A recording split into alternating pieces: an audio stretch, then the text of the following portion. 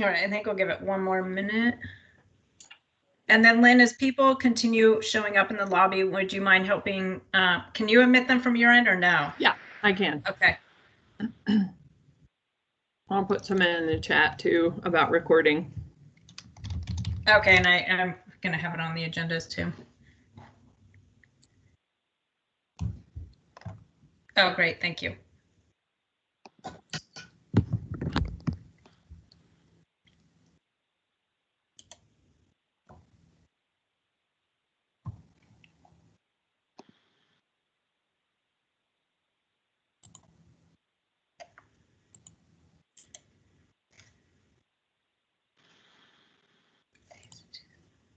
All right, I'm just going to start sharing my screen.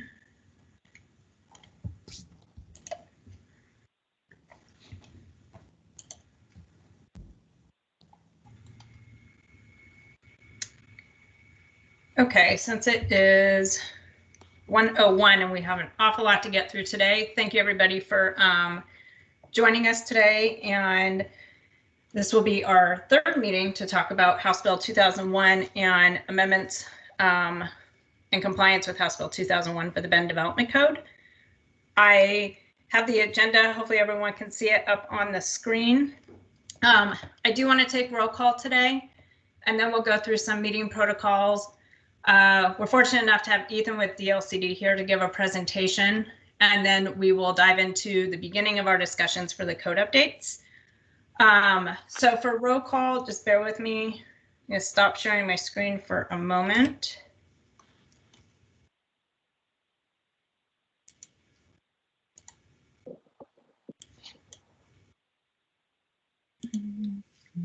Okay, so Jenna Goodman Campbell. I think she might be running a pinch lead. David Johnson. No, okay. Lisa Marshall. I'm here. Oh, great. Scott Winters. Yeah, I'm here. Kathy Austin. Yes, I'm here. Sam Friggers. Audrey Allen. Here. Hi, Audrey. Jesse. Here. Okay, so someone in the chat is saying they can't hear us.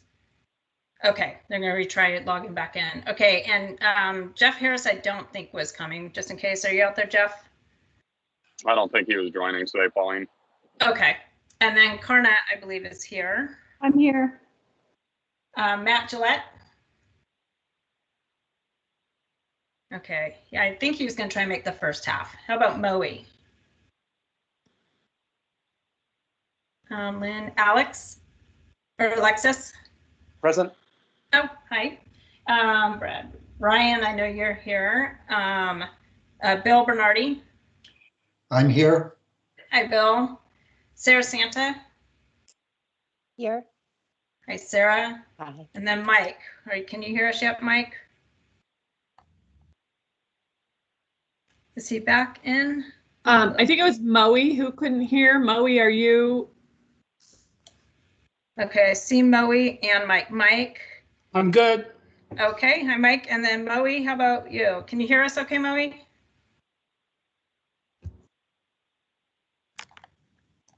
She might still be having an issue. And then Scott Edelman. Okay. So that is it for that. So on the meeting protocols, I think it's helpful, again, if we just keep if you want to show your faces, I think that's fine. But with the mute, just to block out some background noise to keep yourself muted, unless you want to participate.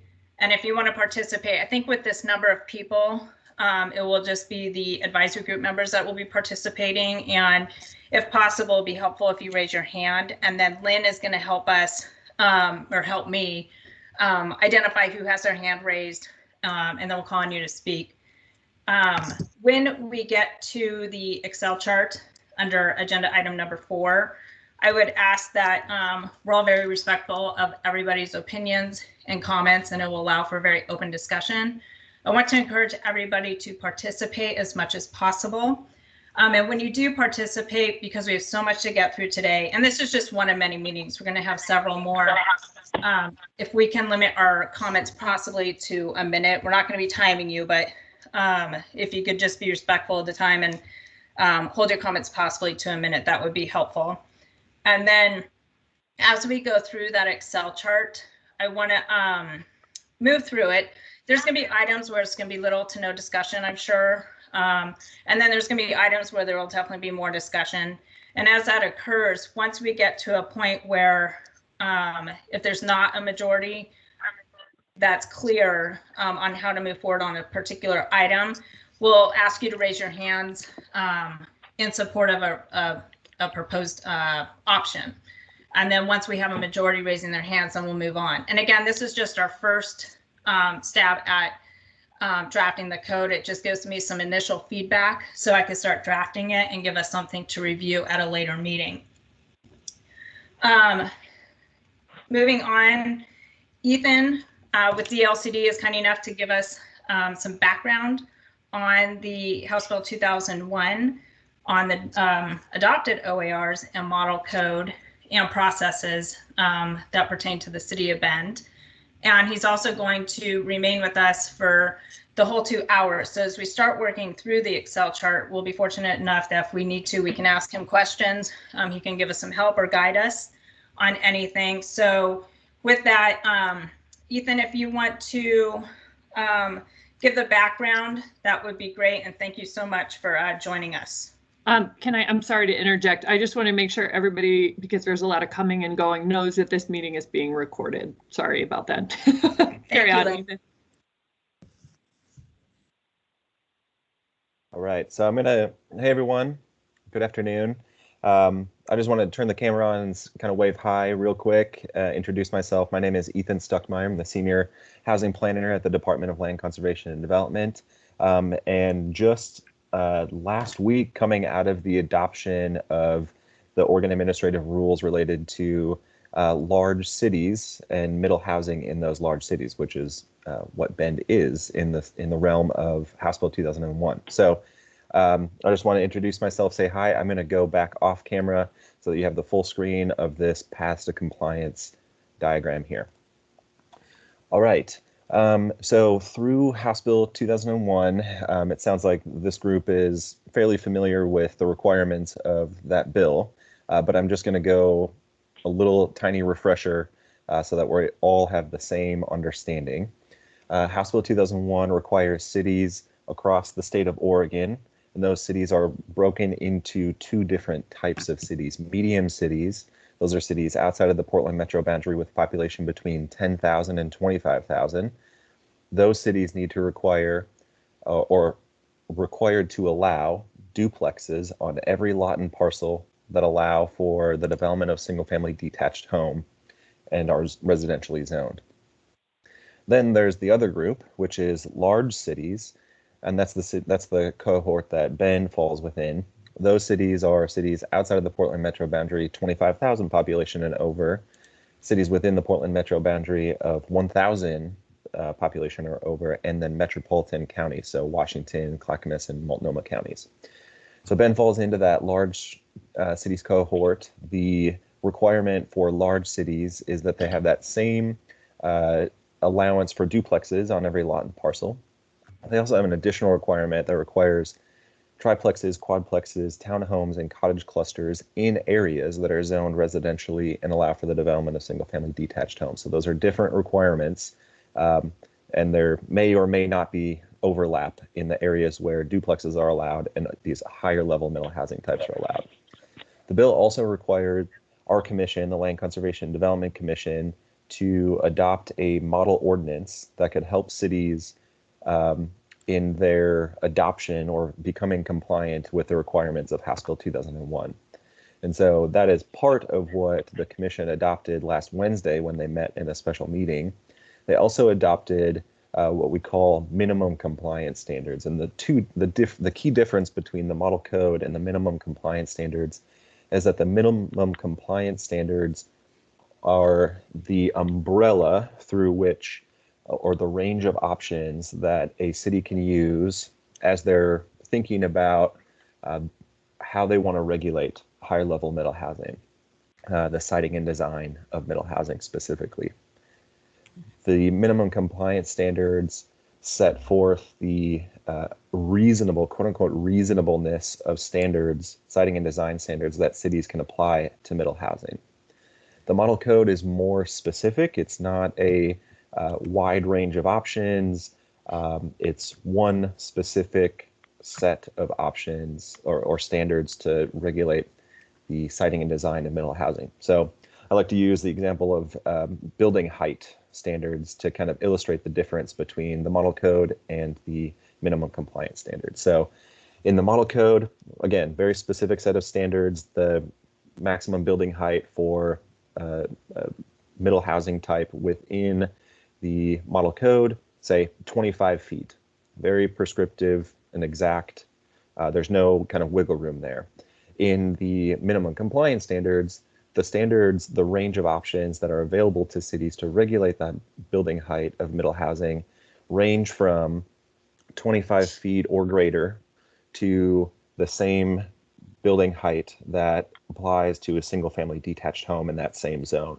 So there is kind of this spectrum of options available to cities to determine how they wanted to regulate the building height. So those are the kind of key differences in the minimum compliance standards and in the model code.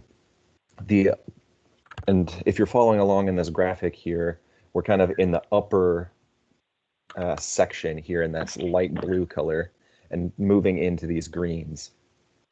So one thing I talked about is the difference between the requirements for large cities and how they, or in the where they allow higher level middle housing. You might remember that I mentioned every lot and parcel for a duplex, but then in areas for higher level middle housing types. And so as we're thinking about how we define in areas, and the legislature didn't give us a whole lot of definition and what that means, so we needed to try to work our way with our advisory committee members to try to figure out what that means.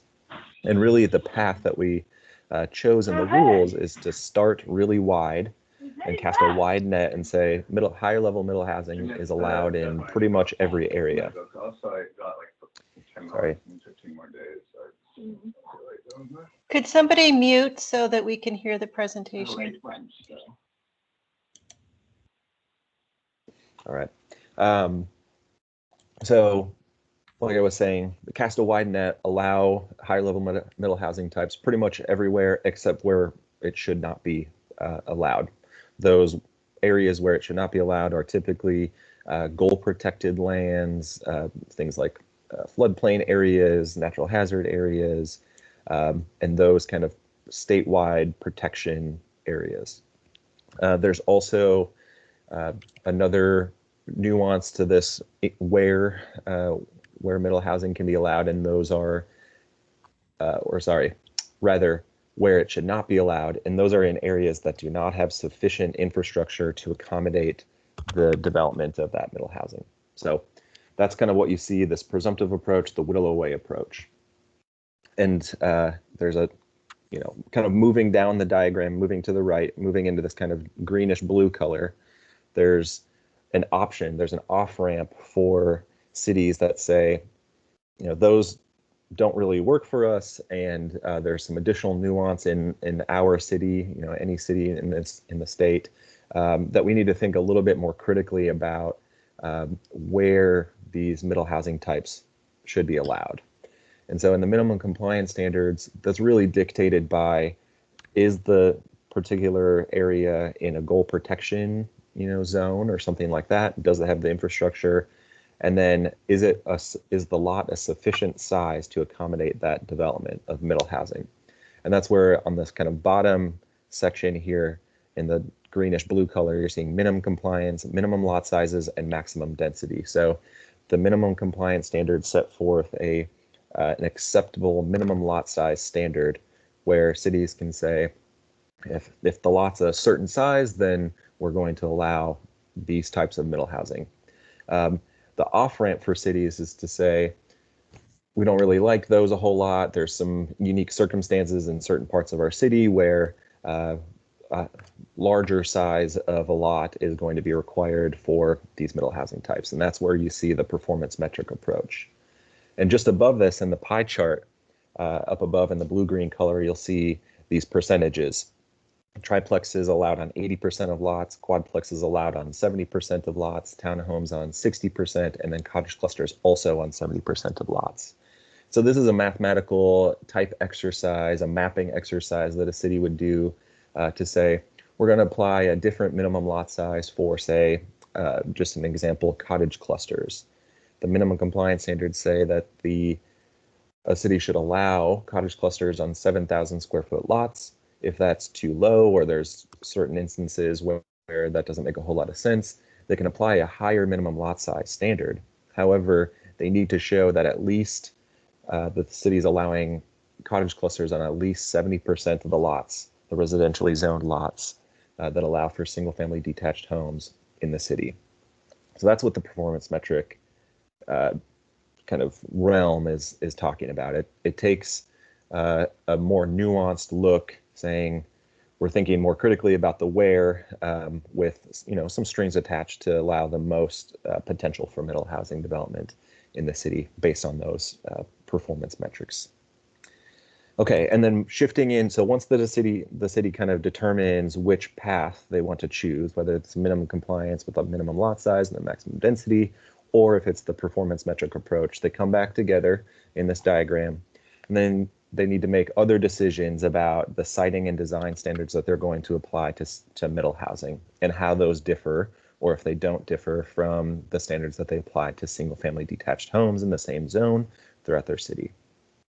And these are in this green yellow color, showing that the minimum compliance standards set forth, again, those range of options. We already talked about building height. There's other ones, off-street parking, other design standards about glazing and front door entry and open space requirements, and there's a whole bunch of things in there. Those are the standards that the state has vetted, established as quote unquote reasonable. If the city finds through their public process there are other standards that they want to apply that do not comply or do not fit within that minimum compliance standards, there's an optional path, and that's indicated in this dashed yellow box route, saying that the city can say, prove up that a standard that they would like to apply that's not fitting within the minimum compliance standards, that it does not, in fact, cause unreasonable cost and delay. And there's a full test that is required as part of the administrative rules to go through this process. The city needs to show that the standard is not causing additional cost in both the acquisition of land, in the time and cost of construction, and so on and so forth. And really kind of the key piece here is F in this provision F. How the Department of Land Conservation and Development is going to be reviewing these requests for alternative siting and design is the balancing between the cost, the delay that's imposed by this new standard, this alternative standard that the city is proposing, and then that balancing that with the public good or the public need, the interest that's intended to fulfill. So it's kind of a discretionary test, but there's uncertainty built into this, and I think part of the rationale for the route that the department and the Land Conservation and Development Commission chose, or that was woven into their decision to go this route, was kind of this back and forth between how do we define an unreasonable standard? What constitutes an unreasonable cost and delay to the development of middle housing?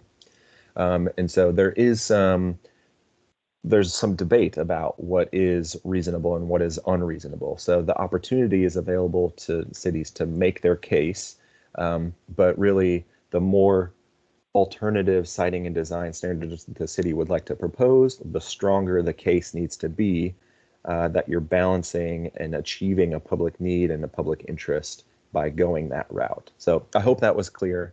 And that was a lot of information, distilling a really 13, 14-month process into 10 or so minutes. So I'm happy to answer any questions. I'll be here, like Pauline and Lynn said, throughout the entirety of this presentation and this meeting. So happy to answer questions either now or later, however staff would like to approach that.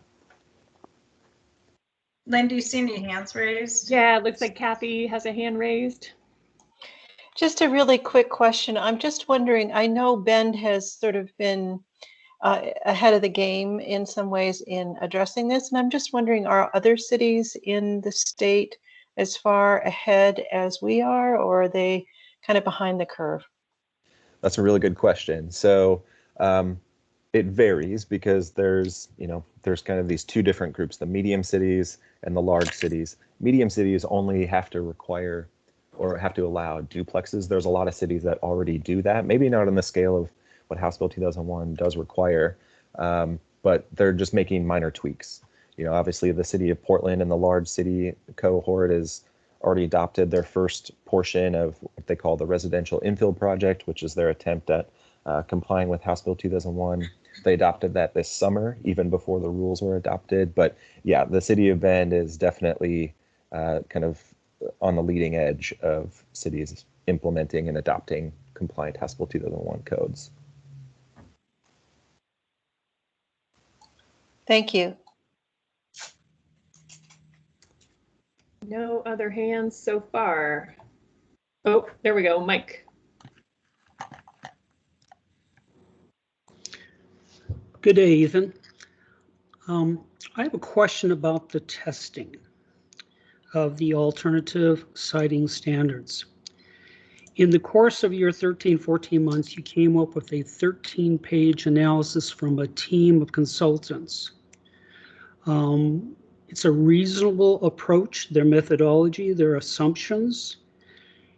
We have looked at that pretty close. And if we, as part of providing evidence that we meet the okay on alternative siting, is that we use the same methodology, the same assumptions, but apply some of our codes, which then may generate cost on cost results that match or exceed what your consultants had did in their process.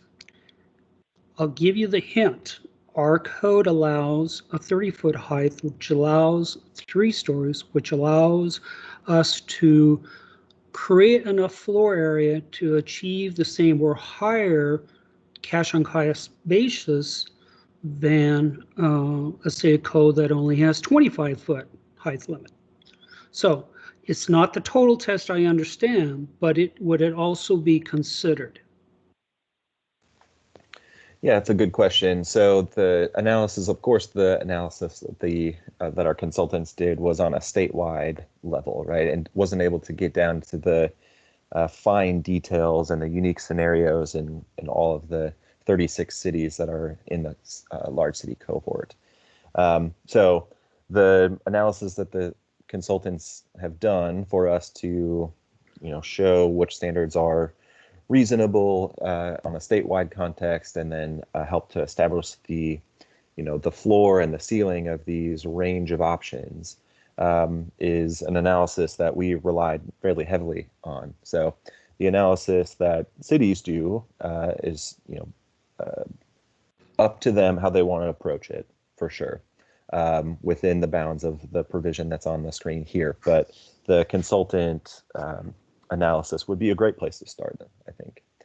The key there is the difference between what the consultant has done and what we expect cities to do is that provision F, that balancing between the cost and the public good. And that wasn't part of that initial test that the consultant has done. So that would be the key difference. I hope that answered the question.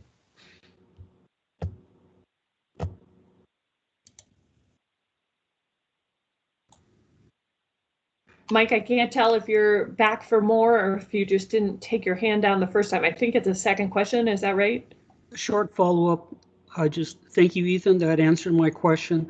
Small follow-up. Can we see the 3 illustrative drawings that your team used in their 13-page analysis? Unfortunately, the 13-page analysis did not include those 3 illustrative drawings, which frankly, it's always the key. Starting out with a diagrammatic site plan is always job 1, step 1. You're talking about okay, so the consultant did their initial analysis. Then we brought it back to the advisory committee, and the advisory committee asked for some additional follow-up, some changes to the methodology, just some tweaks. And part of that request was also those site plan analyses. So we can certainly provide those. They probably buried somewhere in a rack or TAC packet. So I can certainly pull those out and send them to city staff to forward on.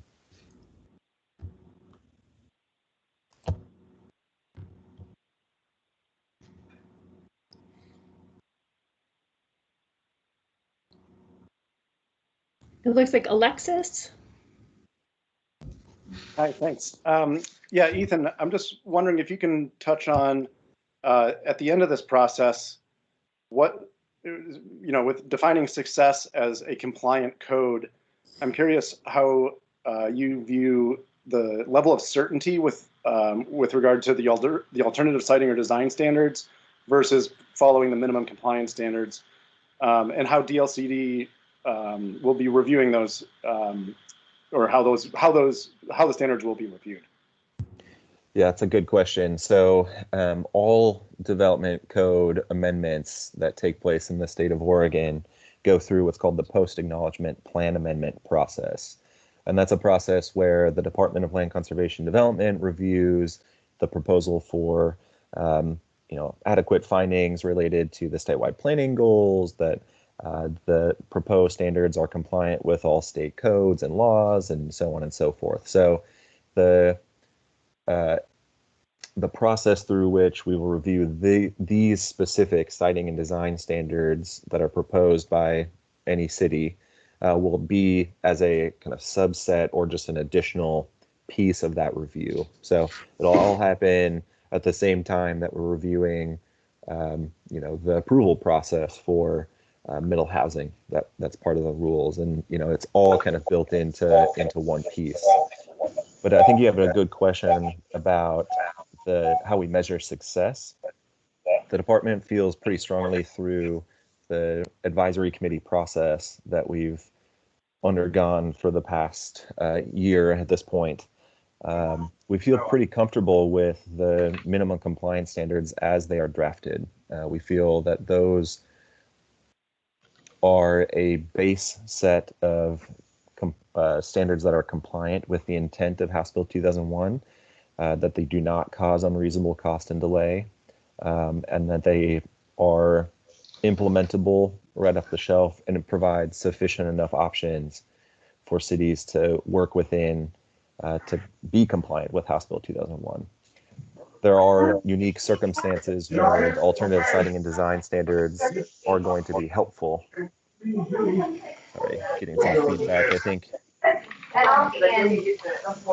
Someone has their, can everyone try and mute themselves for the background noise? Thank you. I think we got it. So what I was mentioning is that the alternative siting and design standards provide this off-ramp for cities to say, look, there's just this unique situation in our city that the statewide rules just are too broad of a brush that couldn't really get to, and we're going to be proposing something different. But really, the burden of proof is on the city to show that they're meeting all of kind of A through F here, because we feel confident in the standards that have been adopted in the minimum compliance standards. So I have a quick follow-up on that, Ethan. Just let's say the city wants to propose an alternative siting and design standard. Is there a way to get the green light on that before we go through the pop-up process, so that we can submit a code for DLC's review that's a complete package versus submitting a possible alternative siting and design standard as part of the package with an unknown outcome. Right. Yeah. So, there are some different options before we arrived at the alternative siting and design standard provision as you see it on the screen here. And those options for consideration throughout the advisory committee process tried to provide additional certainty to cities on the city's behalf so that they didn't have this scenario where they're submitting a PAPA and then DLCD reviews and it's kind of unknown. But ultimately, this was the route that was decided upon by members of the advisory committee and the Land Conservation and Development Commission to mitigate some of that uncertainty. These are the exact kind of processes that the department staff would like to be part of, being part of the conversation regularly, often and early.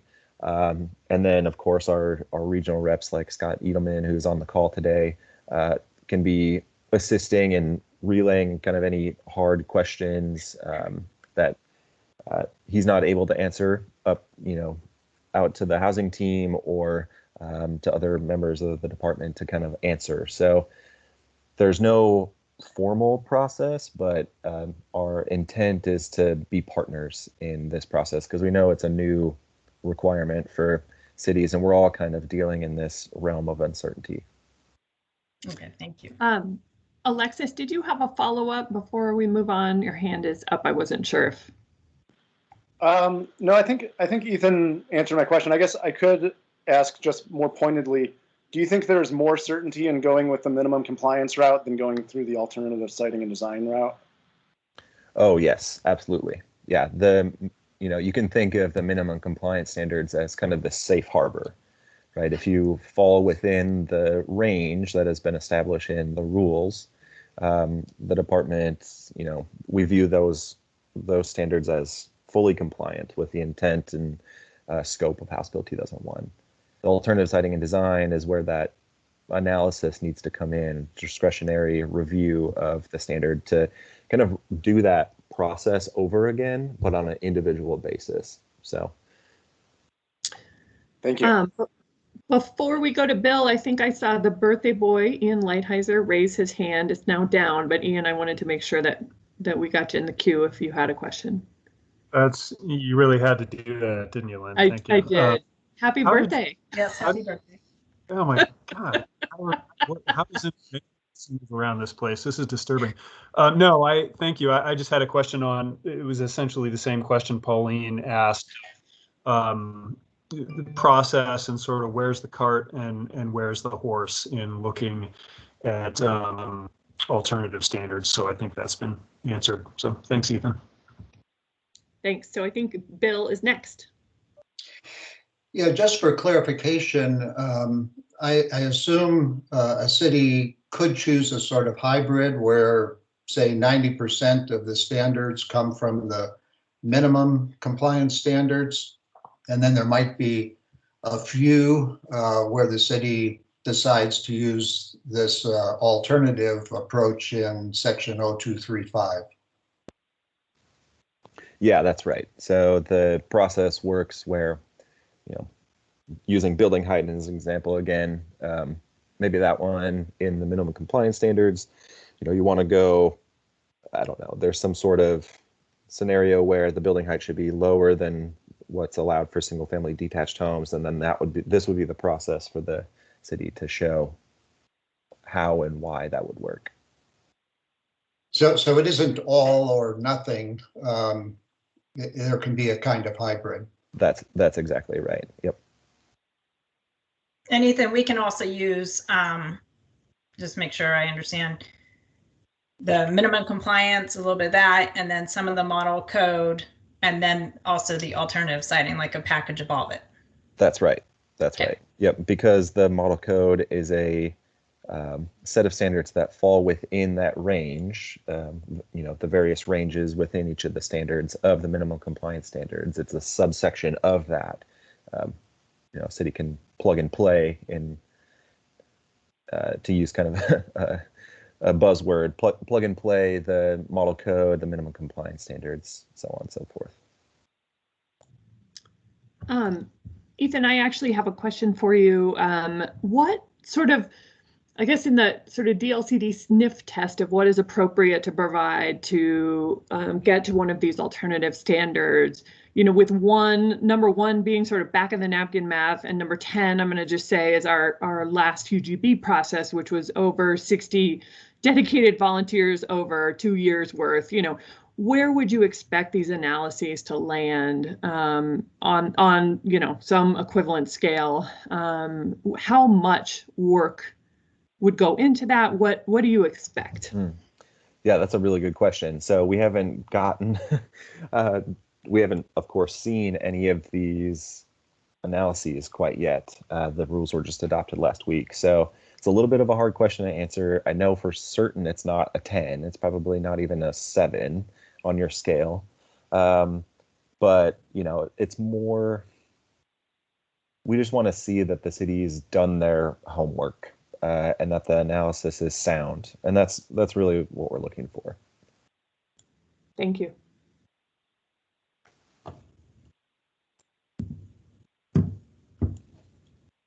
Lisa. Thanks, Pauline, and thanks, Ethan, for being here. Ethan, I think maybe Mike was kind of alluding to this, but where are the 3 site plans that were used in the analysis? And I'm curious, did you consider a 3 or even a 4-story option if that complies with the code? Yeah, so the site analysis diagrams are something I'll have to get back to you all with.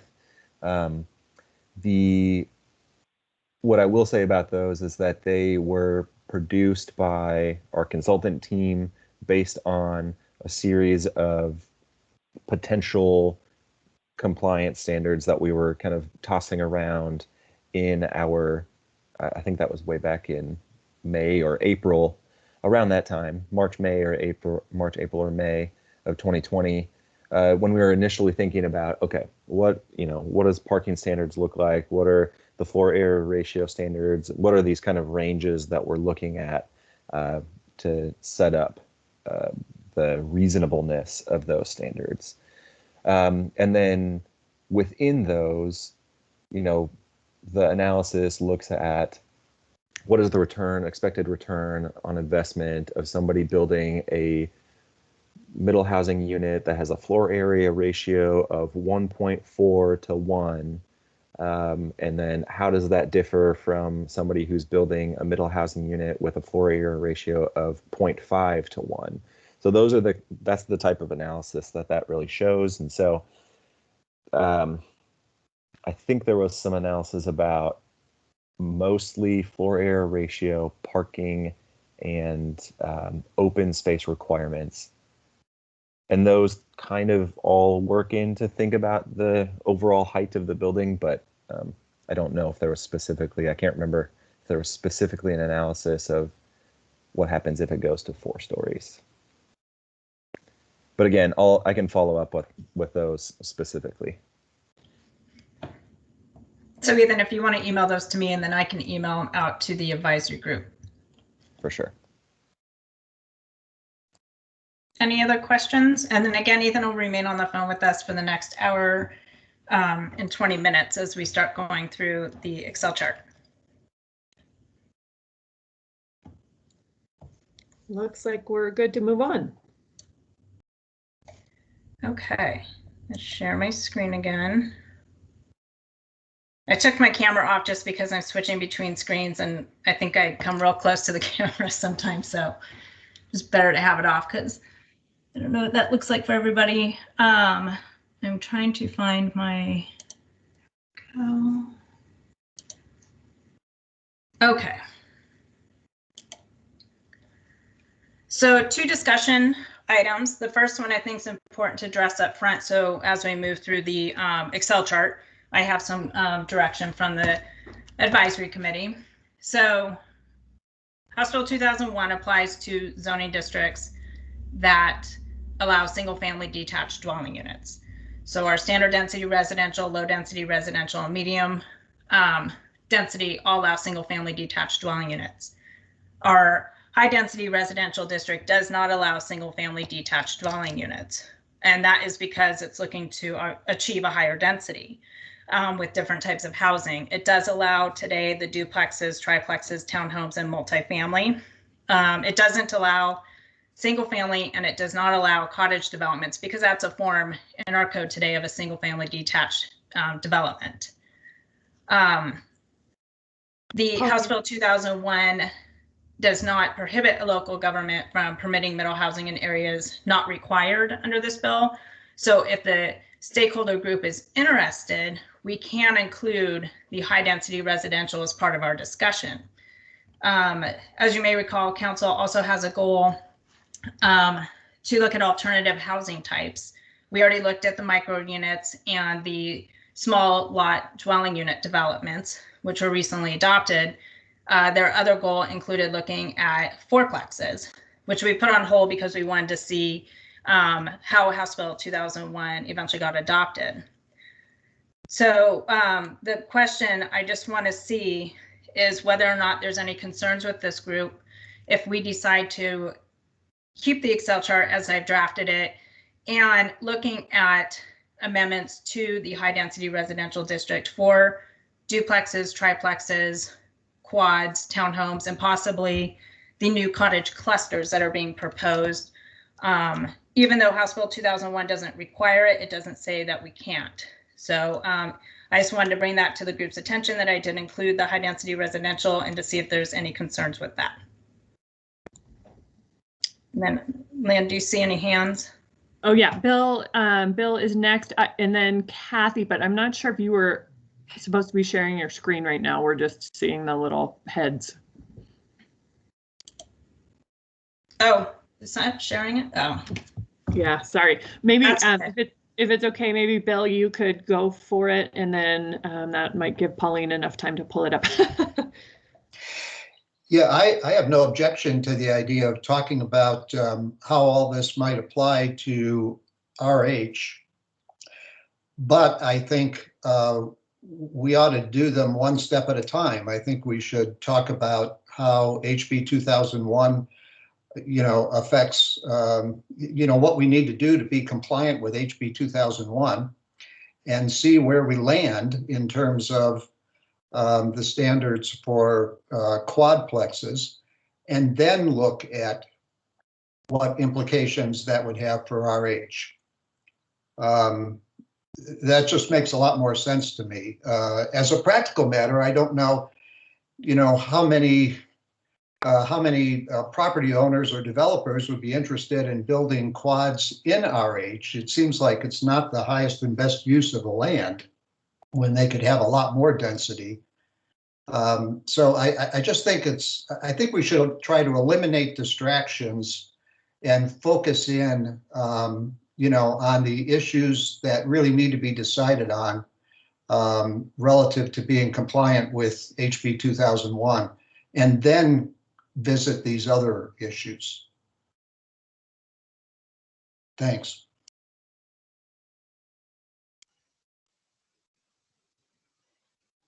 Are you ready for me, Lynn? Yes, Kathy, go ahead. Yeah, my only concern would be that it would reduce the density in that zone to have cottage clusters. If it already allows all the other forms, the duplexes through quadplexes, townhomes, and so forth, I don't see any good reason to also include, the cottage clusters or whatever. But I do have a question. Is any of this allowed in a mixed use type of situation, or is that not really applicable? So House Bill 2001 is looking at areas that allow residential uses as the primary use. And Ethan, jump in anytime I'm misspeaking, but that's my understanding, which would be our residential districts. Some of our mixed use districts today, I think it's a mixed use urban and neighborhood, do allow some standalone residential, but they're already very flexible compared to, I'd say they're more flexible probably than our residential districts. So they're not part of this project. Mm-hmm. And I want to make sure I understand the cottage housing I understand that because one, it's a form of single family detached. Regardless of the uses, you know, duplex, triplex, fourplex, all allowed in the RH today, they still have to meet the minimum density requirements. The thought was if we included them with this Excel chart, when we start looking at the driveway approaches, the parking standards, the if we want windows, whatever we're going to require probably for a triplex, the thought was going to be we'll probably require for a quadplex in the standard and medium density. So it seems to make sense that we would also include the same standards in the high density because it's all the same use, just maybe a different zone. But if there is hesitation with including the same requirements for what is going to be required in, let's say, medium density for a quadplex, then in the high density, that I need to know, because then we can remove it from the high density and just have different requirements, I guess, between zones. So what you're looking at is trying to make it consistent from medium to high density. And I guess my only what we have today. So a triplex today in the standard, medium, and high is all regulated the same, except for densities, but they all have the same driveway approach requirements, the same floor area ratio requirements, and a couple other standards. So it was for consistency. And if we're going to look at changes, then it would make sense. But if there are concerns, we can do the low density, standard density, and medium first, and then revisit high at a later date. Yeah, like I said, my only concern would be what we're requiring in the medium density might not translate that well to high density. It might reduce the density somewhat. And so my leaning is to not go there now and maybe look at it later. But that's just me. Thank you. Looks like Mike and then Karna.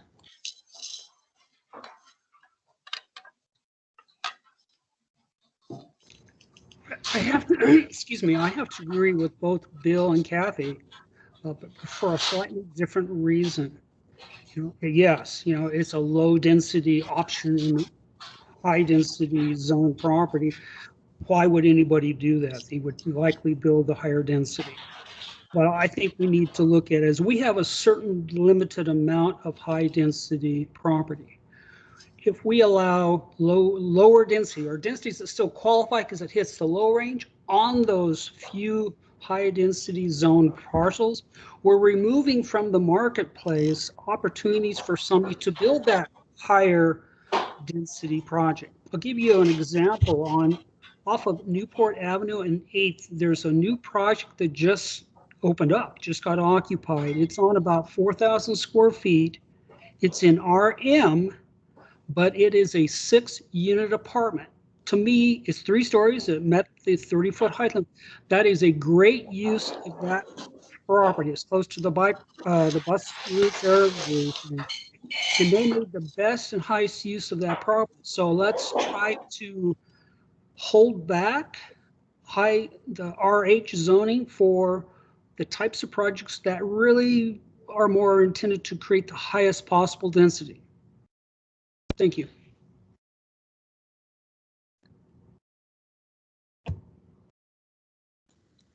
Karna? Hi. So what I heard Pauline say, though, is it's sort of contrary to what the 3 of you just said, is that even if this product is put in high density, it still has to meet the high density requirement. Didn't I hear that? Yes, they still have to meet minimum density requirements, and they are permitted today. Duplexes, triplexes, and quads, which we today call that multifamily. So I don't see any reason why not to let the market decide what's appropriate for those parcels. If we actually have a developer willing to build that kind of product and it's allowed now, why would we change it? I don't understand. I mean, it allows, the whole point of this House Bill 2001 was to give options for people to live different style of living in different locations. you know, we don't want a bunch of high rises all shoved in one corner of the city, like tenements. That just doesn't make any sense to me. Especially if that's the area that's closest to their work and they would like a townhome style unit with a yard and not an apartment. I'm done. Can I jump back in and explain a little bit more? I understand what Karna is saying. My concern is if the requirements that we're developing now create greater setbacks, more restrictive driveway locations than is now allowed in the RH zone, that it would inadvertently reduce the density and maybe make it harder to make a project in the RH zone. I don't want to discourage any kind of development in the RH, and I'm concerned that some of the requirements for the number of windows and all of the specific requirements that we're putting in our document here might be detrimental to getting the maximum use out of the RH. That's where I'm coming from. If, you know, so hopefully that makes a little more sense. And Kathy, for clarity, as we go through the chart, if RH were to stay in it, we would have those discussions. But today, the way the setbacks are written, I'm thinking we're probably going to use the setbacks that we use today, which is the same for single family, duplexes, triplexes, and multifamily. And it's the same in every single residential zone.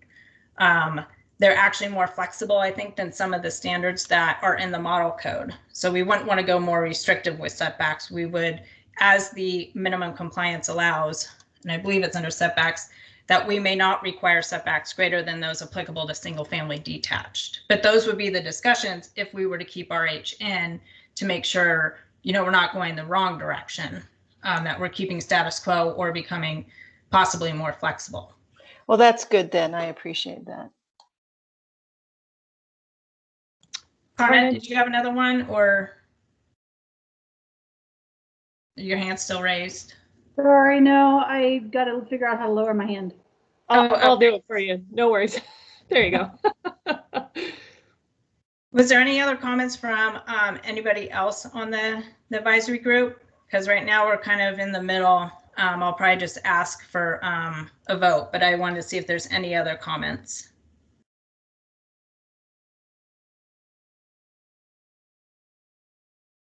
Okay. So this will be our first practice of kind of seeing where the majority lands.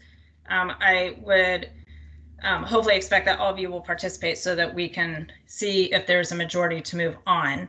And this is going to ask, let's see how I can make it as clear. Are you in support of keeping the RH district as part of the Excel chart and looking at it as we go through the different requirements?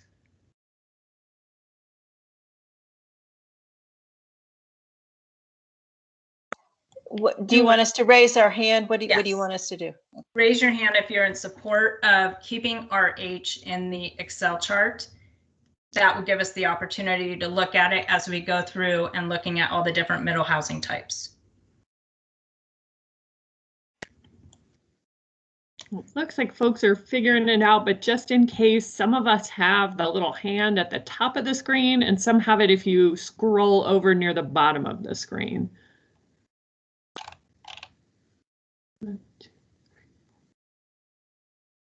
Looks like we have 8 in favor.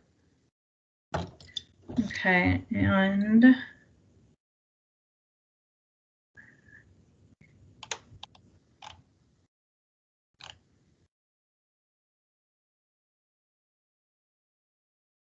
I'm counting 7 not in favor.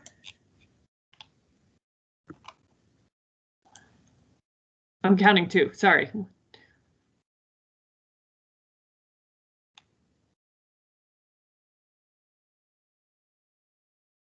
Yes. With the one question, if it's okay, Melanie, to put you on the spot, I'm not sure if you are participating or just sort of observing today.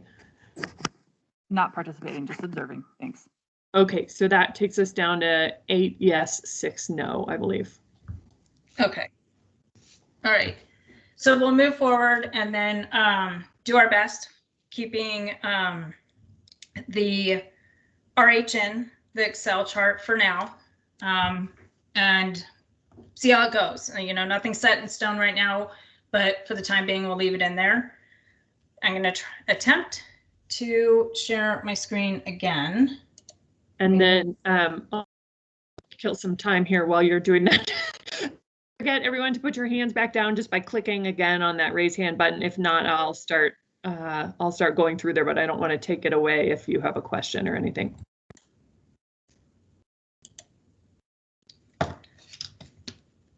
Okay. So what you should be seeing, if everything works, is the Excel chart that I did comparing first the definitions and then the requirements for duplexes, triplexes, quads, townhomes, and cottage clusters. We can see it, Pauline. Maybe it might be helpful to blow it up a little. I don't know about everybody else, but pretty small print. Maybe we can just look at a couple of, yeah, that's way better. Thank you. Okay, and bear with me as we go through this. There's definitely room for error, so I apologize if I misspeak or don't have something quite accurate.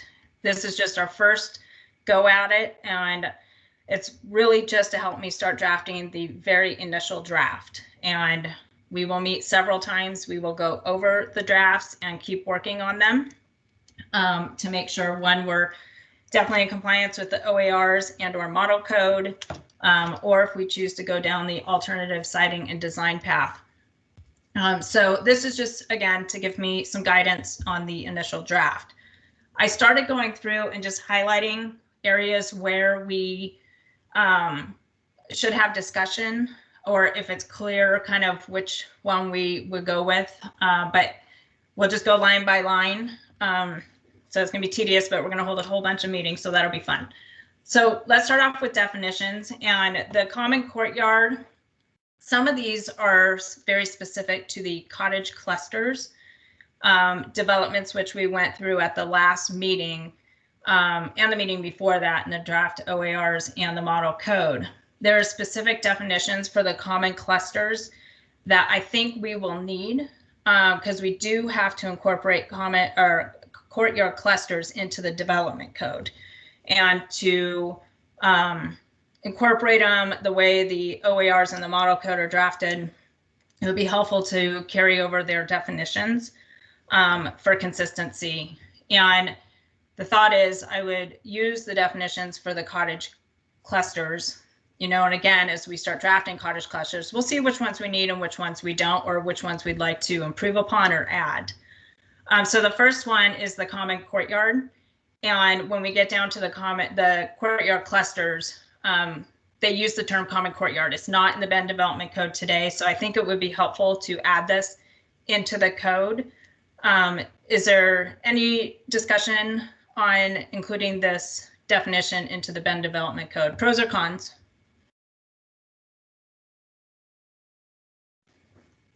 Okay, I don't see any. Common wall. So in the Bend Development Code, and this is used for townhouses, and I guess if you have an attached duplex or triplex, but mostly for townhouses. The City of Bend has a definition for common wall. It's very similar to the model code, but slightly different. And so my question for you, Ethan, is when we have a definition like this, do we have to go through the alternative siting? Can we use our definitions that the developer is already very familiar with, or because there's no definition in the OAR? So how does it work for definitions? Yeah, that's a good question. So really what we're, the nitty gritty technical details of how a city defines the courtyard part of the cottage cluster is up to the city. As long as the, specifically for the cottage clusters, because the definition of cottage clusters includes this kind of discussion of that they're each around a common courtyard. They have the building footprint of of less than 900 square feet. But then we do have some standards related to open space and pedestrian connection. As long as those are matching up, and we left those pretty high level to allow for this kind of nuanced approach. And so I think the way that this is written, and I would have to look at it a little bit more detail to know for certain, but it passes the smell test at least. And then how To me, about in like this moment, common wall, where the definitions are similar but not identical? So the city of Bend already has the 25% shared length, but it's written a little different than the model code. Yeah, no, this is, so the model code is one specific set of standards that fit within the OARs. And so there is, I'm sorry, when I say OARs, I mean minimum compliance standards. That's the term that we've been using.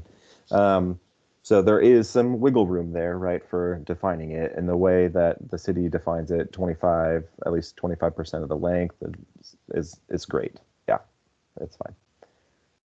So again, this is one that we've done a couple code amendments on for this advisory group. For your background, trying to define when a townhouse is truly considered attached. That's where we've come up with the 25%. We do have a figure in the Bend Development Code showing what the 25% looks like.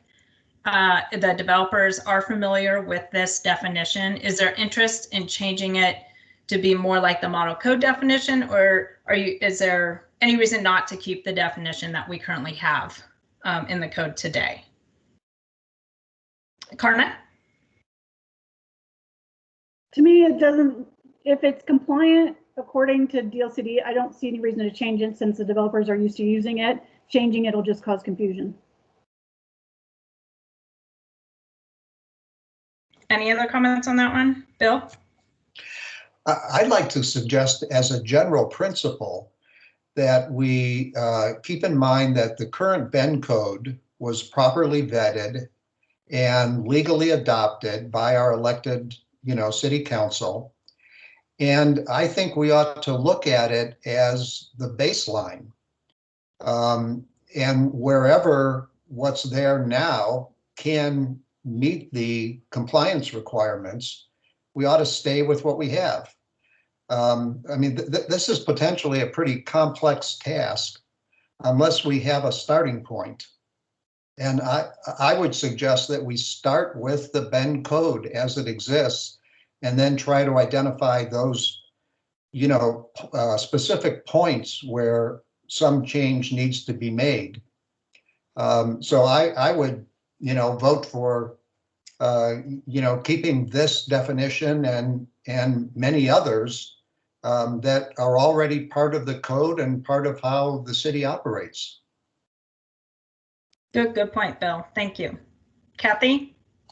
Yeah, I want to agree with both Bill and Karna. And, for instance, this explains what's happening with garages and ADUs. It helps to answer more questions. So I think unless we see there's a conflict from what we have versus the model code, or, that we just keep the definitions that we have, or if we see that it's causing greater cost, then we have to talk about it. But it just seems like you've already gone through a great deal to get the definitions that we have. We should probably just keep them unless we see there's a conflict. At least that's my thoughts. And Polly, oh, whoops. It looks like Mike, but I was going to say there's quite a chat going on, which I know will be preserved after this with a lot of folks agreeing with Bill's statement. So, okay, Mike. Great. That will definitely save some time too. Thanks, Bill. Mike? Mike, your hand's up. Did you have a comment? I always forget that second button. I agree with everybody so far. This is going to be a lot simpler if we apply two filters. I agree with Kathy that we have to look at, is it adding cost? But the second filter is it adding delay? I think what we're going to find out is probably at least 90% of what we're going to be looking at these 20 pages probably falls in outside those two filters. And we're going to, every time we go to the next line and the next line, we're going to be scratching our heads saying, well, it doesn't really affect cost or delay. Do we have to change it? The only time I think we'll have to change, and not so much definitions, is when we get into the standards. Okay, let's just keep going. The cottage definitions then, I just put in, as you saw in the notes, what we have today for our current cottage code, which I'm proposing to keep, and then we will create this new cottage cluster development. And for any cottage definition here, and from what I've heard from the group so far, then I will include that in the initial draft for cottage clusters, and we can play around with them at a later date. But for now, and for the sake of time, the cottage cluster definitions will move into the initial draft. Detached single family dwelling is pretty similar to the minimum compliance and model code. So I think we're good just keeping the single family detached dwelling, which is consistent with everything else we have. Door area is one that we may need, depending on if we choose later on to define door area for a garage door. So this is just kind of a placeholder. Depending on the decisions we make later on for garage doors will dictate whether or not we need this definition. The driveway approaches, and I'm not seeing any hands, so I'll just keep going just for the sake of time, but if I see hands, I will definitely pause. The driveway approach standards are actually more flexible in the Bend Development Code than what was adopted in the model code. And I would support, I think, just keeping, since it's more flexible. And then the driveway approach definition, again, I will, it's in yellow. Any of these ones in yellow I'm proposing to keep because they are working well in the development code and they're fairly consistent with what is being proposed in the model code. I did have an email into Ethan just for floor area and floor area ratio. And I believe the feedback from Ethan was that, yes, again, we can keep these even though they are slightly different. And that's, if we choose to continue using floor area ratio.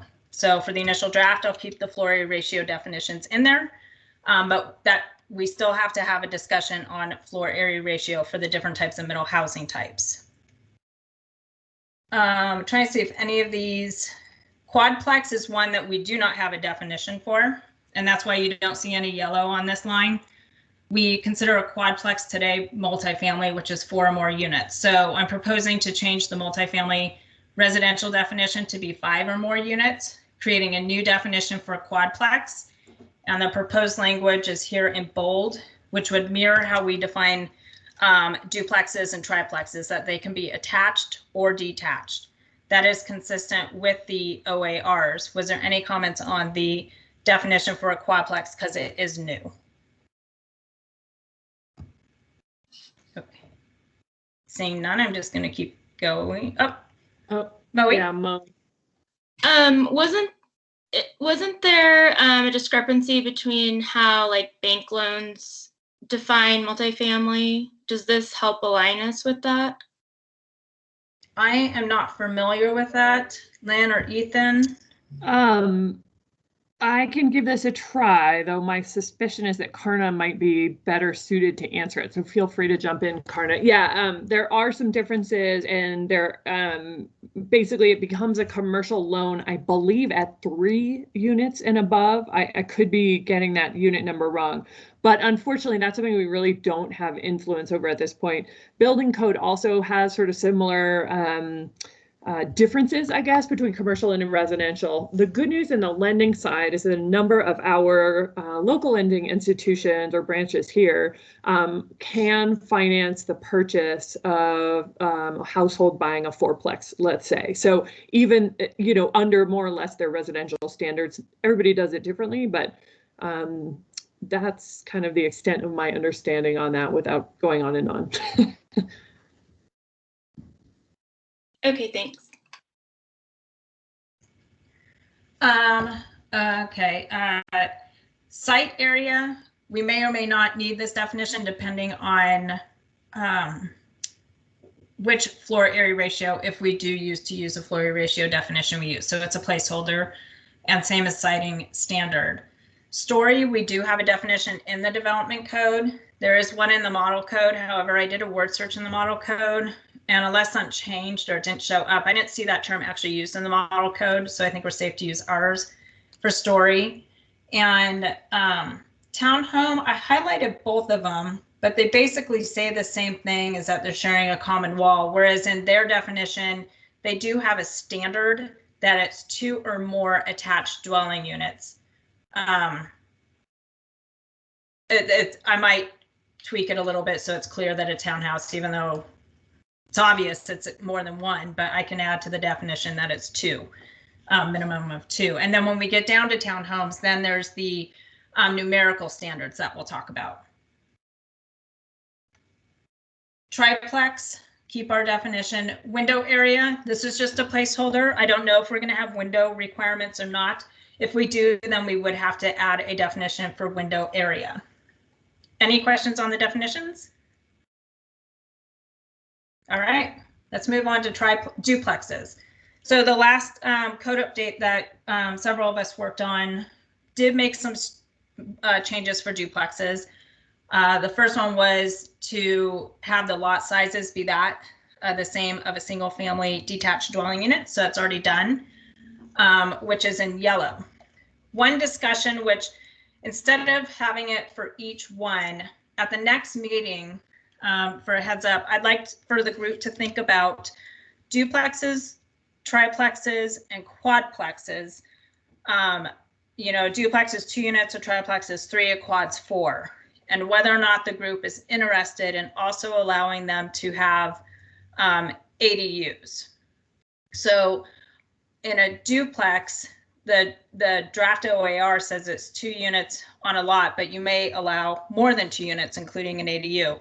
And that language is very similar for triplexes and quadplexes. So at the next meeting, I want to talk about whether or not we want to permit ADUs with the plexes. So to be an additional unit, they would count towards minimum density, but not maximum. And then the other one, as you see as we go through here, I'm gathering data on lot coverage and floor area ratio, so that we have a little bit of data to look at before we make any changes to those 2 sections. So just as a heads up, ADUs, lot coverage, and floor area ratio, I would like to look at the next meeting. So lot sizes for the duplex, we already fixed. The medium and high density residential doesn't have a lot size. RS is to 4,000 because that's what single family detached is. And low density residential is at 10,000.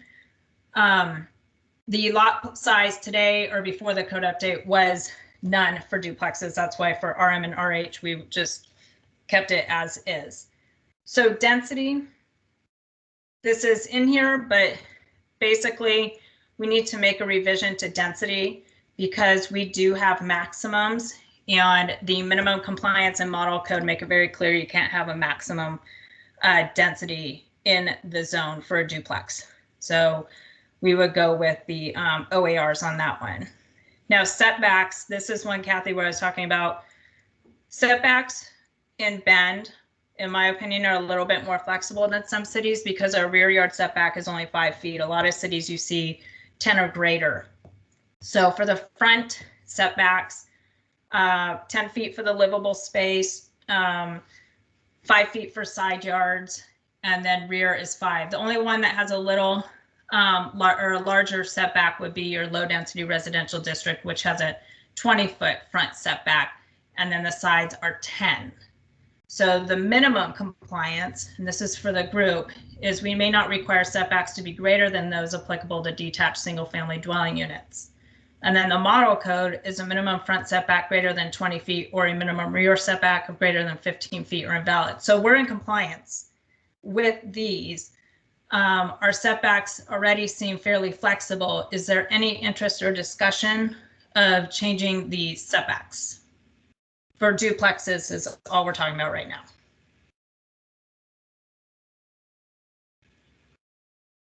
Okay, and that just because we're not going to maybe make a change today doesn't mean, again, that down the road, once we start seeing the code laid out, that we don't have another discussion about setbacks. This is just our initial start for the draft. So height is very similar to setbacks. No more, our height is 30 feet. RM lots, if they're created after 1998, can be up to 35 feet in height, and then the high density is 45. So the high density is obviously the most flexible. This is in compliance with the minimum compliance standards and the model code because it's the same for single family detached dwellings. Was there any interest in looking at the height requirements for duplexes in any of these zones? Kathy. I'm just looking in the definition section and I'm not seeing height. And so we just want to be really clear as to how we're defining height. And that is currently in the Bend Development Code. It wasn't, I don't think, a definition in the model code unless I missed it. If it was, I would have carried it over. But we have a very specific way of measuring height. That's one of those ones that seems like every city measures it a little bit differently. So we do have a definition. Is there interest in changing any of the height maximums?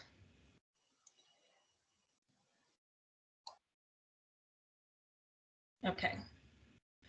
One thing I'm going to let you know when we talk about, well, actually, I'll say it in one moment because we're almost there.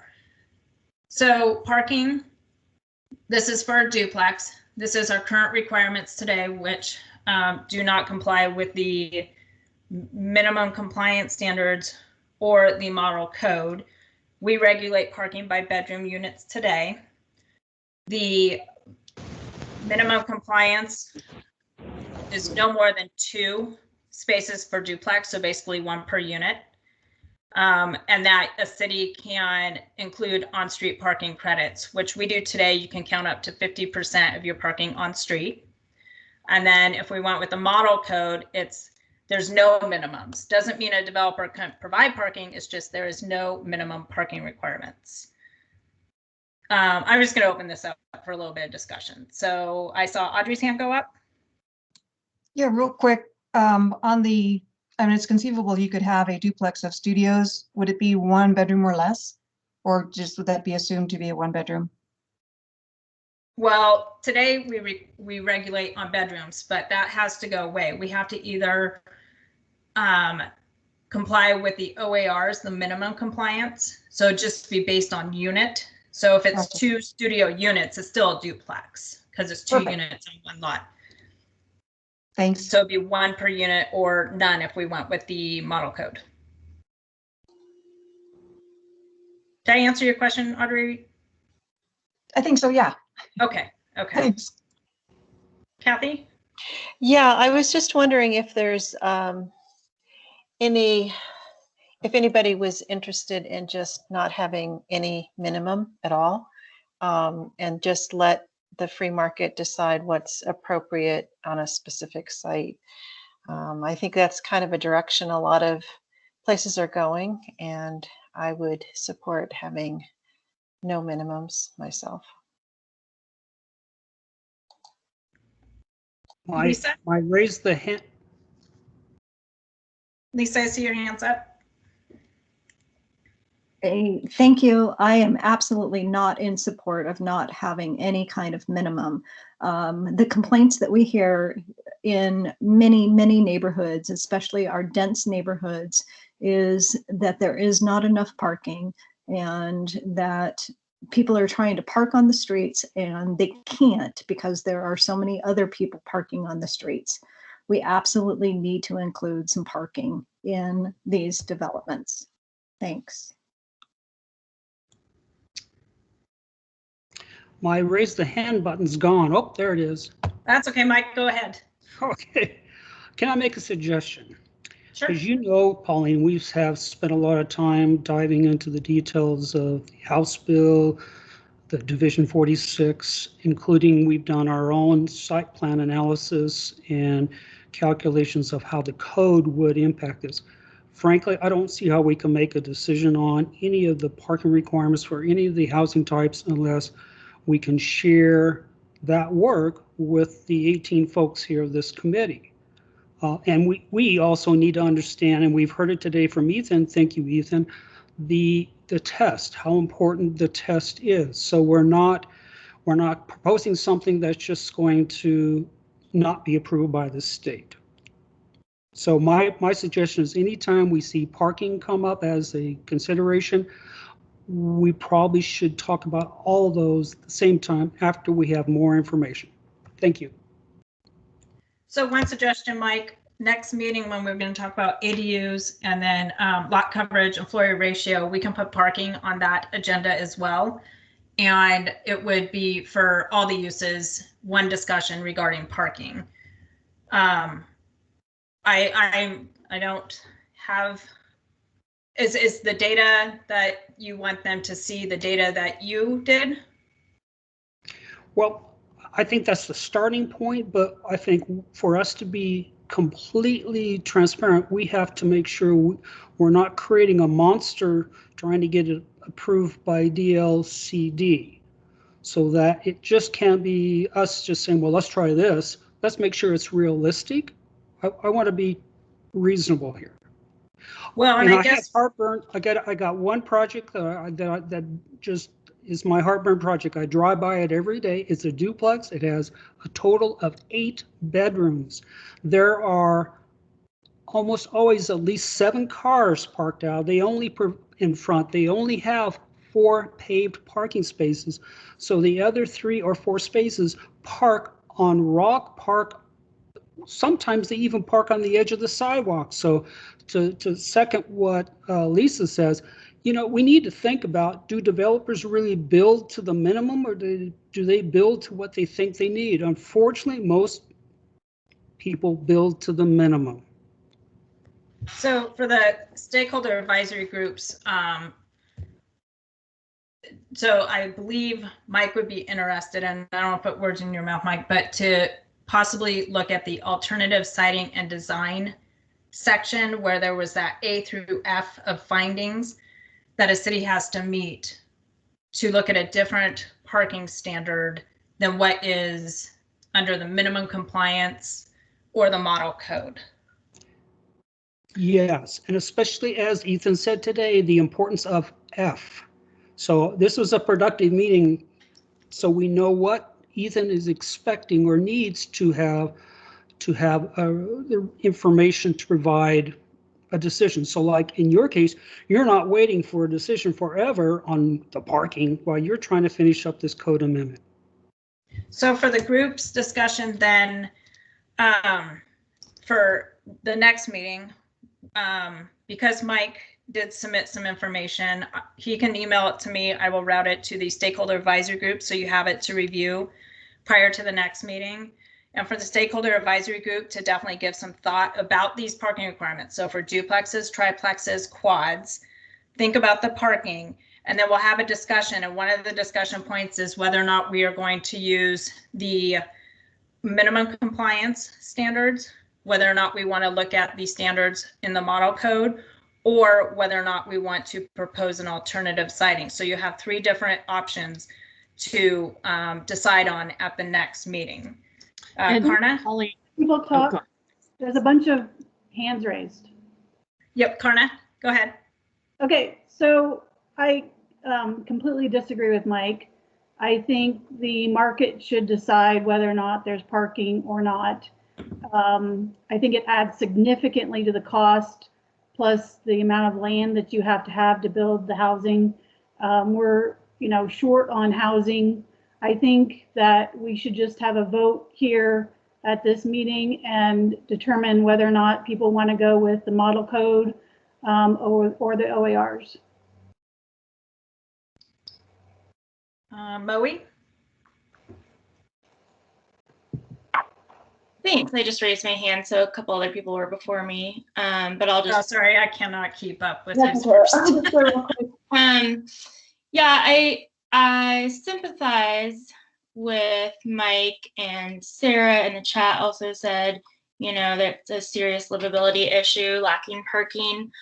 But realistically, just looking at the numbers of people that we're expecting to come to Bend, and the available space that we have, we're going to need to work towards a different type of model where people don't have to have a car, and where, you know, like having people park on the street out front of your house isn't the biggest livability issue that we face. And I think the transportation bond that was recently passed will work us towards that. So I definitely support having no parking minimums. And for me, it's like logistics, it is livability, because the less space we dedicate to cars, the more space we can have for people and for people to be able to access housing and buildings and services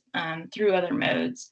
So I hope other people will consider that. And I know that it is tough. And I think I know which duplex Mike is talking about. And that one, when I saw that go in, I was like, oh no, this is going to set the standard so badly for infill development. But yeah, well, I mean, hopefully things will start to change incrementally. Pauline, it looks like if you want me to sort of call on folks, it looks like Councillor Goodman Campbell is next, if that's okay. Oh, sure. Thank you, Lynn. Thank you. Really great discussion, everyone. And just I'll quickly kind of give my personal perspective as a counselor. Obviously, I can't speak for all of the incoming counselors and the continuing counselors. But from my own perspective, I agree with those who are arguing that we should not have any parking minimums. And I believe, given the focus on affordable housing and affordability in general, housing in general, during the campaign for the incoming counselors, all of the incoming counselors, that that they would agree on that. So just kind of food for thought in terms of how we're moving forward as a group in terms of providing recommendations to the full council. And then it looks like Scott Winters is next. And what I'll do, you guys, if it's okay, because I see that we might have some sort of repeat comments, is Pauline, with your permission, I'll go through folks who have not spoken first. And then if we have time, we'll go back through those who have, if that's okay. Oh, that's fine. Yeah. Okay. This is a big topic. Yeah, exactly. Scott Winters is next. Hi. Yeah, I'll keep this short. I just also wanted to speak out that I'm also in favor of not having parking standards for this. Every time parking discussion comes up, I always think it'd be interesting to see a map of Bend and where the parking problems actually are. And I know that there's examples here and there, and it's unfortunate that some projects get built and the parking isn't adequate. The market, didn't provide the right answer in that particular case. But I'd hate to see those examples kind of determine or restrict the rest of the development opportunities in Bend. But so yeah, I think that if parking is a problem, it seems to me it's more isolated. Maybe I'm wrong. I don't experience it as much.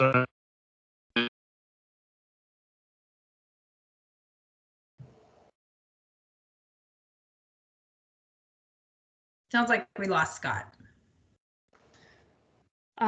Maybe we can let him jump in if he returns. Moe, Lisa, and Mike have all spoken, I believe. Lisa, I think you've spoken on this one, haven't you? So what I was going to do is go to Ryan, who said that he agreed, I believe. But Ryan, I'm sorry, I didn't see your hand pop up. Yeah. So if not, we'll go back to second. No, I think everyone covered the high points, honestly. Just agreeing with Karna and Moe. On no minimums, that we are talking about a housing bill and not a parking bill here. And the increased parking, yes, it can be an issue in some of the livability areas, but we do need to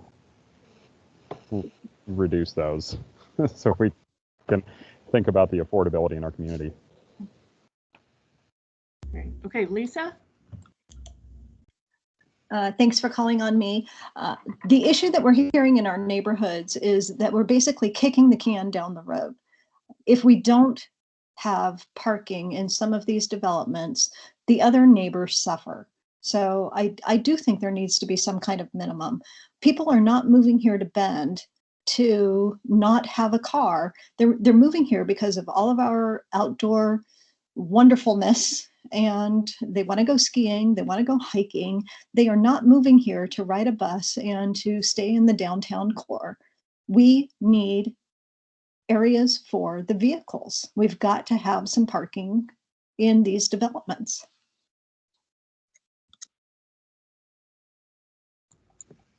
Thank you. Mike is next. I'm just asking that we make an informed decision. What I'm hearing is a lot, unfortunately, inaccurate information. The cost to build one surface parking space is $2,000. When you look at the cost, that cost share of a total project, that's less than 0.5% the cost of a typical project like that duplex I pointed out. So when somebody says it's going to be a cost barrier, I think that is probably more applicable to large projects, retail projects. We can all look at our shopping centers and say, look at all those extra spaces. But these small projects, they're not the cost barrier that I think people believe. The second part is when you talk to property managers, what sets the rent? If I build one less parking space, does that mean they're going to charge less in rent? They're going to see that 0.5% transfer forward into rent? No, the rent is based on the market, not on the actual 100% of the cost of the project. So I just think we all need to make sure, because this is going to get messy, but if we just adopt this now, no minimums and go forward, there's going to be a lot of pushback. So let's make sure we've done our homework, consider all the facts to make sure, is it truly a barrier for these middle housing types? Thank you. Looks like Scott is back, and then we'll go to Moe. Hi, I guess I cut out last time. Just real quick about the cost. It's not as much about the cost of putting in the parking spot. It's about the cost of not being able to build on that space and get rent or an income from that. You know, a normal parking space is 9 by 20 feet, and then the drive aisle to get to it. So it's a pretty substantial amount. So I just wanted to chime in with that. And I wanted to chime in, addressing Lisa's concerns. The city now has a parking manager and has developed its first neighborhood parking zone, or whatever you call it.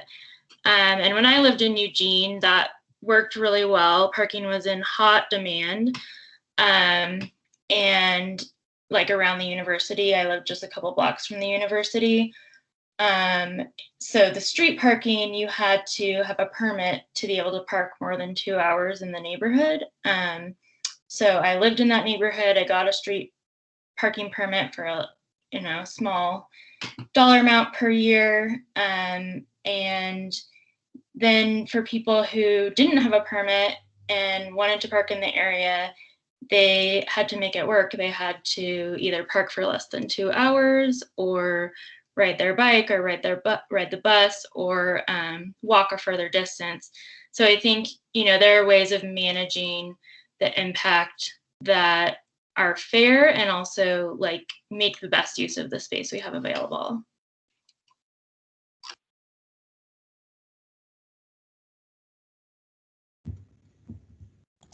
That is all the hands I'm seeing, but I definitely want to just be sure, because I know there's a lot of strong feelings on this one.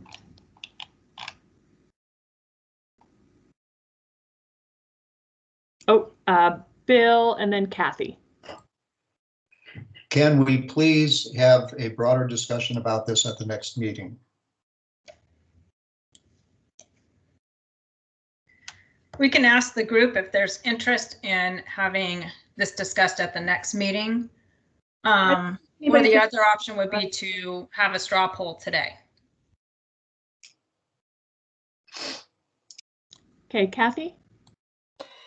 Yeah, I'm leaning towards a straw poll today, and I will say that my my understanding is that if we propose some minimums, when it gets to the city council, they'll get rid of it. And because I've heard from all of the new incoming council, and we've just heard from one of the existing councilors that they don't want any parking minimums, and I think that there's a lot of support in this group to get rid of the minimums. And so I think we should just go ahead and take a vote on it rather than kicking it down to the next conversation.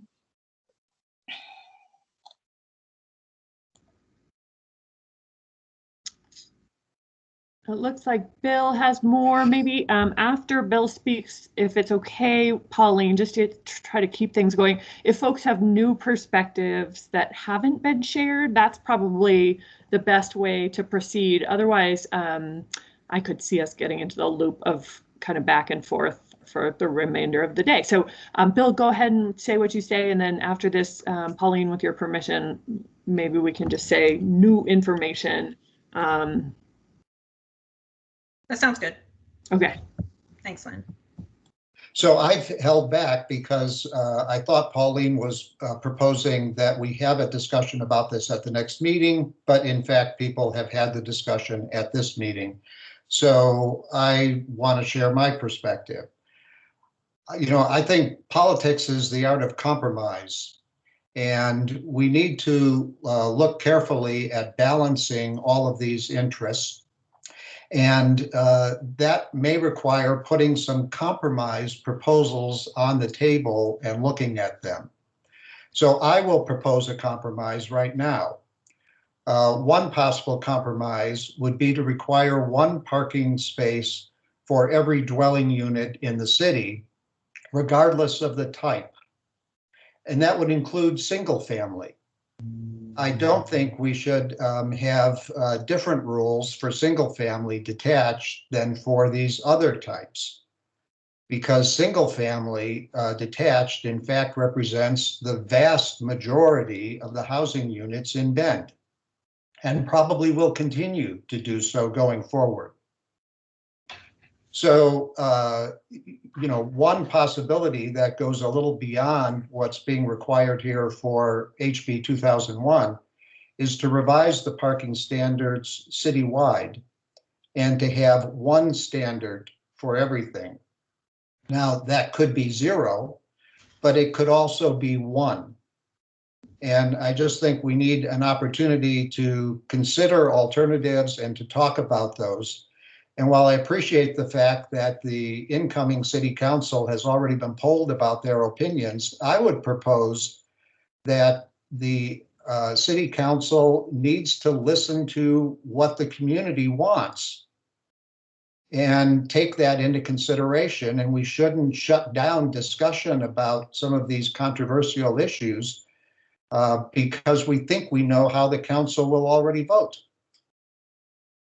So I just think we need an opportunity here to consider some proposals that might be more than all or nothing, and allow people to, you know, talk about those and perhaps to vote on those. So one possibility here would be to ask you know, people to submit to Pauline a sort of written brief description of what they think ought to be done, and ask Pauline to circulate those and then take a vote on them the next time. Thanks.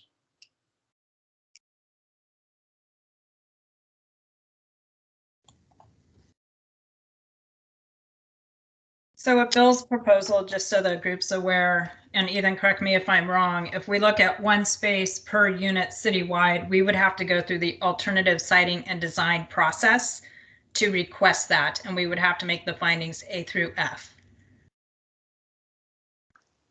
For one space per unit? Right. Right. Right. No, So I was looking at the minimum compliance standards that's what you'll see. There is a little bit of a nuance there in the Plex development, tris and quads, on lots smaller than 5,000 or 7,000 square feet. However, if you if the city also puts a minimum lot size requirement on, say, triplex of 5,000 square feet, then we've structured the minimum compliance standard so that the one parking space per unit still applies in that scenario. So you wouldn't have to consider the lower amount of parking for those small unit or small lots. Sorry. So like, the answer to your question is generally, if you know, without minimum lot sizes, if you just applied one parking space per unit, then yeah, that would require some alternative siting and design analysis. However, if the city applies a particular minimum lot size, then no. I hope that answered the question. So like for a quadplex, we would have to look at I think I'm in quadplexes, a 7,000 square foot lot for a quadplex, then you get 4 spaces total. Correct.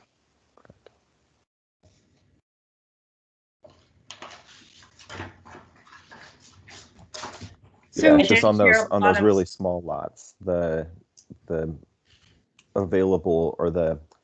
availability of a city to apply minimum parking standards changes just a little bit on those small lots, less than 3,000 or less, 5,000 or less, 7,000 or less. Okay, which we might be okay then at the 1 space per unit. When we start looking at lot sizes, I guess the question for the group is if there's interest in looking at 1 space per unit, or if there's more interest at looking at no minimums. Should we do that via hand raise, Pauline, or do you think? Yeah, I think so for now. Again, this is our initial draft, but I think it would be good to just get a straw poll on where the advisory group, the majority of the advisory group leans towards the parking requirements. I think we'll just start off with no minimums because I saw in the chat there seemed to be some interest in that, and then do a straw poll for the one. So the first one is if you're in support to have no minimums for parking requirements for duplexes. So to raise hands if the question is if you would like no minimums. Okay.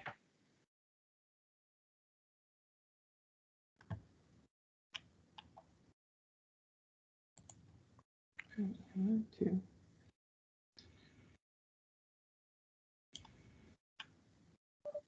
Okay, we have 8 for no minimums. I think that means that we have 6 then. Let me count 1, 2, 3, 5. Yeah, that's what I'm getting, the same number. Okay. All right, then for the time being, we will move forward with the no minimum parking requirements for duplexes. I have a feeling we'll have a similar discussion for the rest of the missing middle, but we'll keep them separate for now. On the lot coverage and floor area ratio, I'll give you a little bit of the background, and then like I said, the next meeting, I'm going to try and provide a little bit more information unless we, come to a discussion today or, a conclusion. Are those hands raised right now, or are they still up from the poll? Okay. We're clear. Okay. So floor area ratio today, or let's start with the lot coverage. Sorry about that. So our lot coverage, we amended a couple years ago to be more flexible in the low density residential district. And this applies to single family dwelling units is 35%. And then in the standard density residential district, it's 50% for the uses that are single stories. So a duplex, a triplex, single family detached is 50%. And then that's for single story. If they were 2-story, if any use on that property is 2-story, then the lot coverage goes down to 45%. And then in the medium density residential district, it's the same for single family detached. So it's 50% for single family detached single stories, 45% for 2-story single family detached. But for duplexes, triplexes, and townhouses in the medium density, it bumps up to 60%. And then in our high density residential district, there is no lot coverage requirements.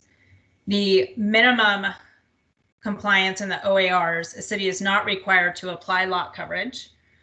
And if a city wants to apply lot coverage, it can't be any more restrictive than your single family detached dwelling, which we're in compliance. We're treating our single family detached pretty much the same as the plexes and townhouses. So one discussion for lot coverage is whether or not we want to propose some changes to those percentages for the lot coverages, or which would have to be more flexible than the single family detached unless we went through the alternative siting and design process, or just leave it as is on the lot coverage.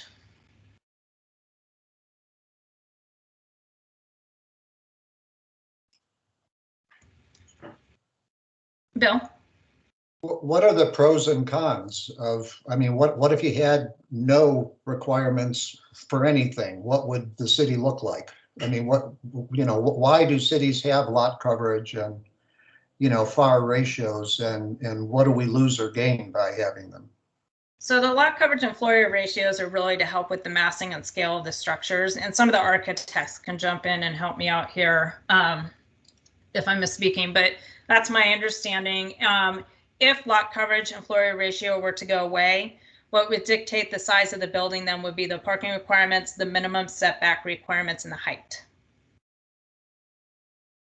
So my recollection was, a lot of this discussion about middle housing started with a presentation at the Tower back in 2016 by Dan Perolik, who's the missing middle housing guy.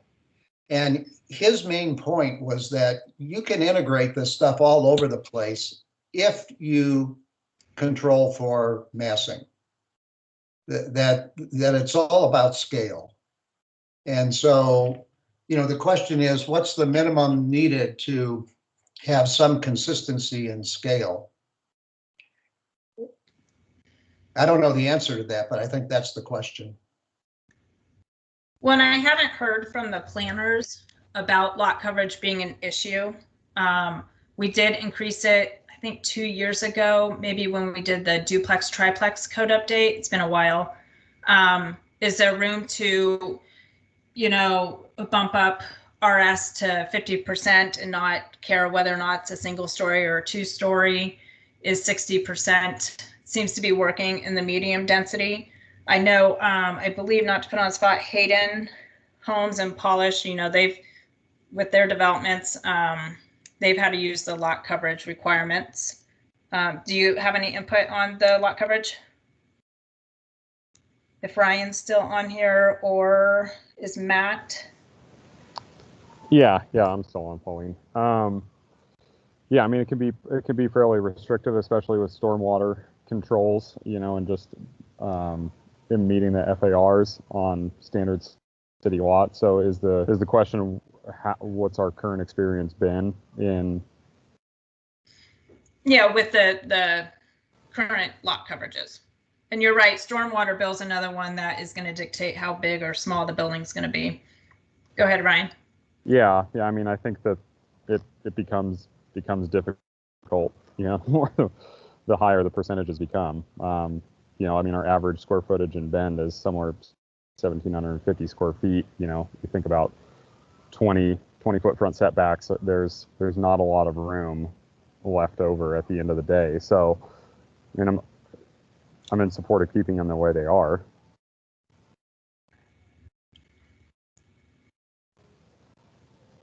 Okay, and then Ethan? Yeah, sorry, I don't want to kind of jump in here, but oh, please do, especially if I'm not right. No, I was trying to answer Bill's question actually about what happens without these standards, and we tried to think about this in the context of cottage clusters. We were thinking about what is the appropriate size for a cottage cluster. There's all sorts of things that are taking place on a cottage cluster lot. You have all the buildings, you have the pedestrian connections, you have the common courtyard. All of these together create a functional cap on the actual build out of that lot. So without a lot coverage standard, you still won't see a 100% covered lot because you have things like stormwater mitigation, you have, driveways, you have sidewalks, you have all of these other aspects of the development site plan that functionally limit the actual developable, coverage of that lot. So I just wanted to jump in with that anecdote. Thank you, Ethan. Scott? Yeah, I think this is definitely a part of the code that it's really about aesthetics and, the FAR and lot coverage. So I think for this question, it'd be nice, or talking about this topic, it'd be really nice to have some visual examples of, here's some single family homes that use this ratio, or here's some larger mixed use development that use another ratio. Because it is a little difficult to try and understand some of the percentages of how the different percentages change, how it'll affect kind of the built environment. And just to reiterate what everyone else is saying in terms of, there's a lot of things that do dictate these percentages for us: landscape requirements, parking, drive aisle, fire access, all those things. So yeah, if anyone's worried about having giant cubes populate right up to setbacks, I don't think that's something that would happen if we did increase these percentages. Thank you, Scott. Moe?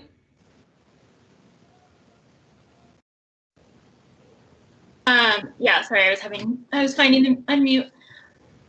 I agree that would be helpful to have visuals. I was just gonna say, I really liked what the Portland Residential Infill Project did around affordability in terms of like reducing or incentivizing homes to be smaller, basically. And I can't remember exactly if that was with FAR or lot coverage or something else. But I would be interested in looking into that if that's within the scope. I can look at it. I believe it was FAR, and so maybe it was the number of units got more FAR. I have to look at it, but I know it. I've seen what you're talking about, and maybe if I find it, I can email it out to the group. Okay, thank you. Kathy? And then we have about 8 minutes left. There's just a couple things left in duplexes I'd love to get through so that next meeting we can dive into the FAR lot coverage and triplex discussion. So Kathy? Yeah, I was going to suggest that we discuss this a little bit further at the next meeting, especially if you can come up with some diagrams, because listening to Ethan and to Scott, I kind of feel like we don't need either lot coverage or FAR if we have enough constraints with all the other setbacks and landscape requirements and everything else. I would just like to see this be as simple as possible. And when I look at this, my eyes start to cross. And so, I'm not saying get rid of it, but I'm just saying maybe there's a simpler way of moving forward. And if we could have this discussion next time in more depth, I would support doing that. Thank you, Kathy. Anybody else on this one? I think because I want to go over what is required for floor ratio in a little bit more detail at the next meeting for sure. So we'll just bring lot coverage along with that discussion. So just for moving forward, design standards for duplexes. Again, we have to treat a duplex the same way we treat a single family detached dwelling unit. And we do not have design standards for our single family detached dwelling units.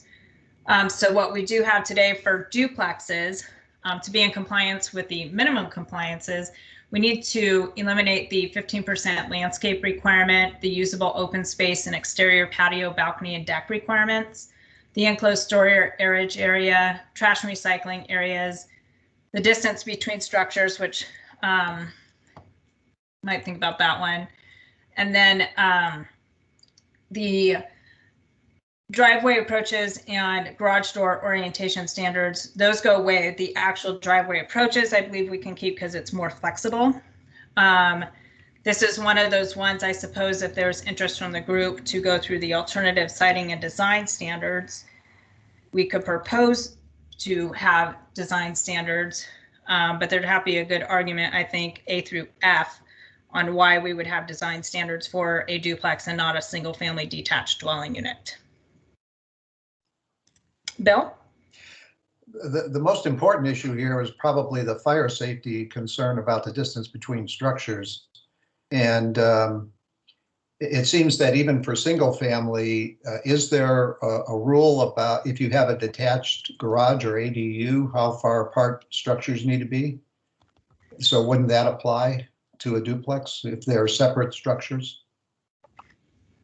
Well, Brad's on the phone. We added 6 feet in 2 years ago when we did the plexes because there was one detached duplex that was built fairly close to each other, and we thought the separation, but it just appeared better from the street. And then I can't remember, Brad, if you want to jump in on the building code requirements for 2 units on the same lot. Yeah, if they're within 6 feet of each other, then you have to have a firewall between, at least on one of them. And then if they're connected, then it's considered a duplex or triplex or, you know, however many units you have connected. But that's where the how close they are determines what kind of fire separation they need. And Ethan, on that 6 foot, it's not necessarily a design standard. It just happens to be a standard that we have for detached units. I thought at some point there was going to be a separation requirement. Are we allowed to do that, or do we have to go through a process, that alternative siting and design, if we wanted to keep the minimum distance between structures at 6 feet? Yeah, that's acceptable. The 6 feet is, I think probably the reason why you chose 6 feet is just exactly what Brad had mentioned. That is the distance at which you do not need a firewall, which becomes obviously less expensive. And then, you know, if there's nothing that would cause, you know, that 6 feet doesn't cause unreasonable cost and delay, especially considering multiple units on a lot, especially within the context of the building code. Okay. Moving forward. Okay, so that was it. Driveway approaches. We worked on that 2 years ago, and our standards are more flexible. So I would propose to keep those for the driveway approaches, and the minimum compliance and OARs basically say 1 driveway, we allow 2 in certain cases for the duplexes. And so the next meeting, we've got 2 minutes. The next meeting, we will go over those lot coverage floor area ratio and then start on triplexes. And the meeting I'm going to send out an invite for would be January 6th, again from 1 to 3.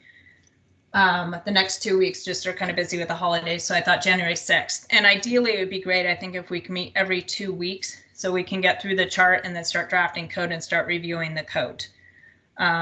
Did anybody have any more follow-up questions for today? Looks like we still have about 2 minutes. Pauline, I just wanted to remind you, if it's okay, to take a look at the chat after we sign off, and that there's some good comments in there from sort of all sides. Okay, that you want to keep in the loop. Thank you. I think we put them all to sleep or something. Okay, well, thank you everybody for today, and I will send out a meeting invite shortly for January 6th. Have a good evening. Thank you.